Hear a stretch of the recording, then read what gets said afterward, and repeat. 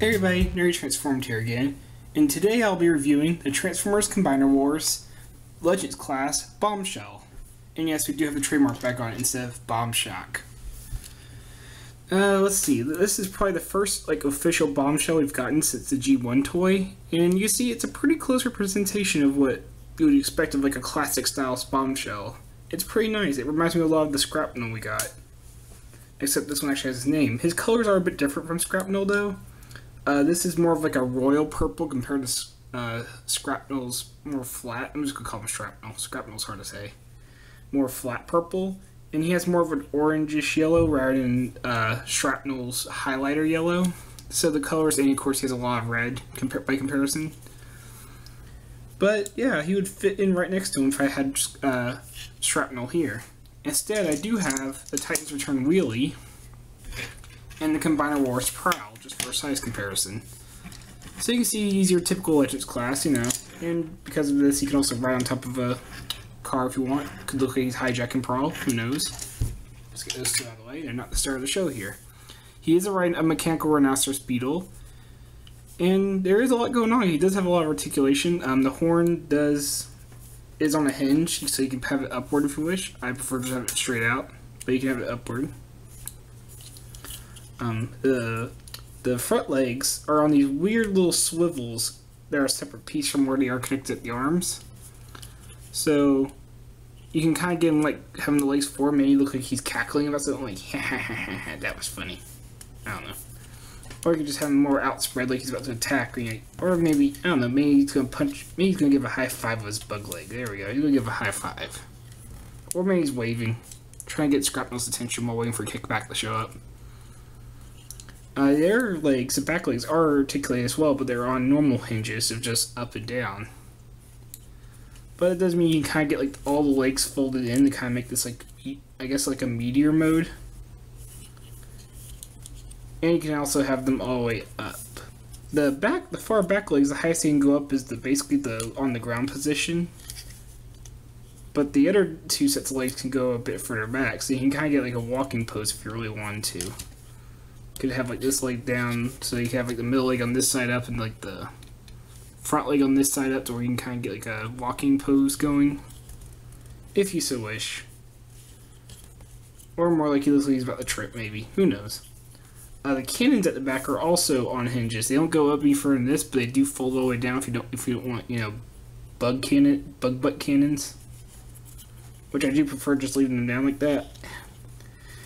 And each of the Legends usually have a gimmick. With the Thrilling 30, they had the specialty weapons that transform into little Transformers. The Titans Return, seems like all the Legends are having some kind of Titan Master gimmick.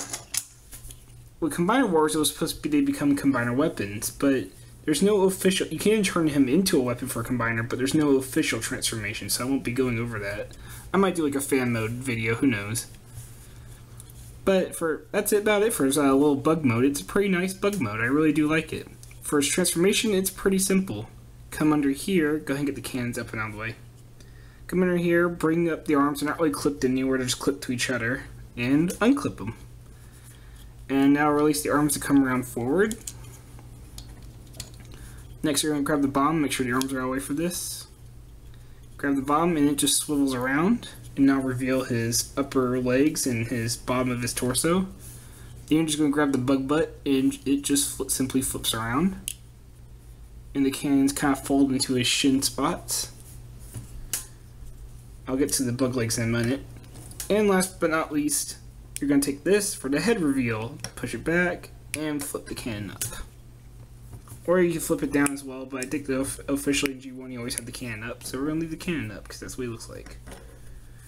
Now, the bug legs have a lot of different things you can do. Like I said, the top ones on the arms are on a swivel, so you can swivel them all the way around to the back and have them just completely out of the way. But they also do prevent some articulation. As going forward and back, it's fine, but now they're preventing you from moving the arm outward. You can also have them all the way forward to kind of create a sort of shoulder blades, and they don't get away with any articulation. But you also kind of have just bug legs hanging there, so what I prefer to do is just have them on the sides. Kind of create this spiked look. And again, they're still kind of hanging off, but for me this looks a bit better. For the bottom ones, oh yeah, this is actually a slide to keep the legs together. It doesn't really, I guess you could also peg it together, but it's easier to get it on and off when you kind of slide it into place like that. So the very bottom legs, you can fold them all the way in. And they even kind of have a click, and it does give them like a slight heel spur. But you have to have the legs pretty far apart now, or have them swiveled outward a bit to have both legs on the ground, because the bug legs do stick out in the middle. And I don't care much for that, so what I do is fold these back one click to about there. Gives them much bigger heel spurs, which gives them a much bigger foot, and allows his legs to be a lot closer and a lot less interference between them. And it doesn't take up that much room, really. It goes about as far back as the can on the back of his head does, so. And as for the other two, they can be folded in as well. But, well, if you fold them all the way in, they don't really get in the way of the knees. So you can fold them all the way in, they only get in the way of the knees in certain poses. If you wish to do that, I personally just prefer leaving them completely out. They kind of go with the shoulder spikes. Because I kind of like how this looks. But like I said, there is ways of getting them all the way folded in and not interfering with articulation if you fold them as such, like this. And that is your Combiner Wars Bombshell into his robot mode. For comparison, here he is next to Titan's Return Wheelie and Combiner Wars Deluxe Prowl. So you can see, again, usual Legends class, maybe a bit bigger due to his helmet and his the can sticking up, but overall, it's usual Legend size. Now, I do want to talk about the head, because this head's actually more toy accurate, because in the cartoon, his face was, and top of his head was completely silver. Well, here they kind of gone for more of the original G1 toy look, where its top of the head is black and the bottom is silver. Normally, this would bug me, but it kind of reminds me of how Combiner Wars, or how, who am I thinking of? Either way, it doesn't bug me as much as it usually was. Like with Blur and Scourge in Titan's Return, it does bug me because it just doesn't look like Blur or Scourge, just they're missing so much paint. But here, it does give him a rather menacing look, especially with his red eyes. Kind of like an evil knight or something. And I honestly don't mind it. It just, I don't know, it works for me. It just, even if he's not G1 cartoon accurate, it does look fine to me. It still looks like Bombshell. Yeah, he's got the cannon in the back of his head. Plus, in G1 cartoon, this was also silver, I believe. So, after all that talk about how to get the legs out of the way of his articulation, let's actually look at the articulation. The head does not have a swivel, I believe. I mean, it might, but no, that hinges into his head, and this doesn't move at all. But considering how buried it is in there, it would be pretty hard to turn it anyway. If it did turn, he would just be looking at his shoulder pad things here. So, he does have a ball joint at the shoulder, though, and it does go outward as long as you move the bug leg out of the way, even upward slightly.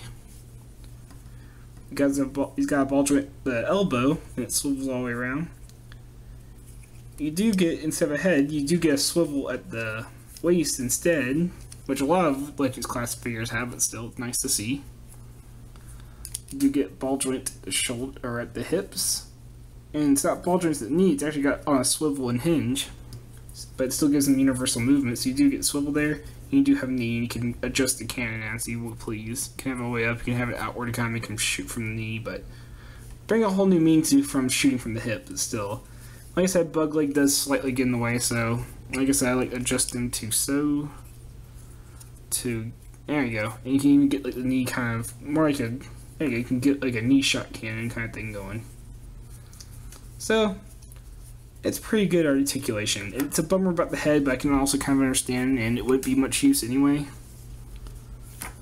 Especially with how he transforms in order to get his more iconic appearance like he has here.